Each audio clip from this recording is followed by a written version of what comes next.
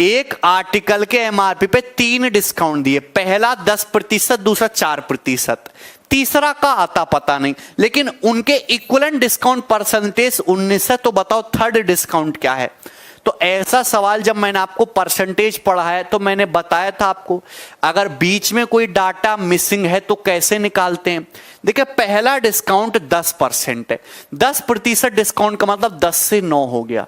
Second discount 4% है, 1/25, 1/25 का मतलब 25 के समान 24 का हो गया, 25 से 24 में हो गया।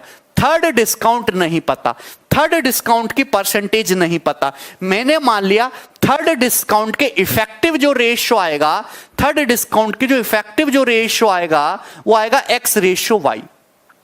तो पहला डिस्काउंट है, सेकंड डिस्काउंट है, थर्ड डिस्काउंट, लेकिन इनका इक्विवेलेंट क्या आया?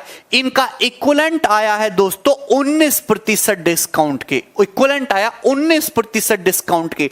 19% डिस्काउंट का मतलब अगर मार्क प्राइस 100 था तो ये सक्सेसिव डिस्काउंट देने के बाद जो उसका सेलिंग प्राइस है वो 81 रह गया।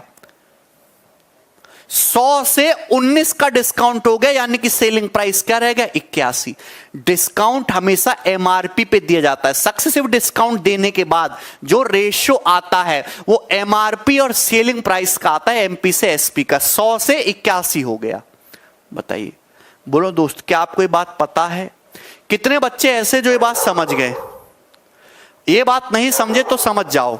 हमको यहां पे X/Y निकालना है, X/Y। क्या डायरेक्ट शॉर्टकट बताया था? डायरेक्ट शॉर्टकट ये बताया था इसकी मल्टीप्लाई यहां होती है और इसकी मल्टीप्लाई यहां होती है। होते ही है कि नहीं? 9 × 24 × 100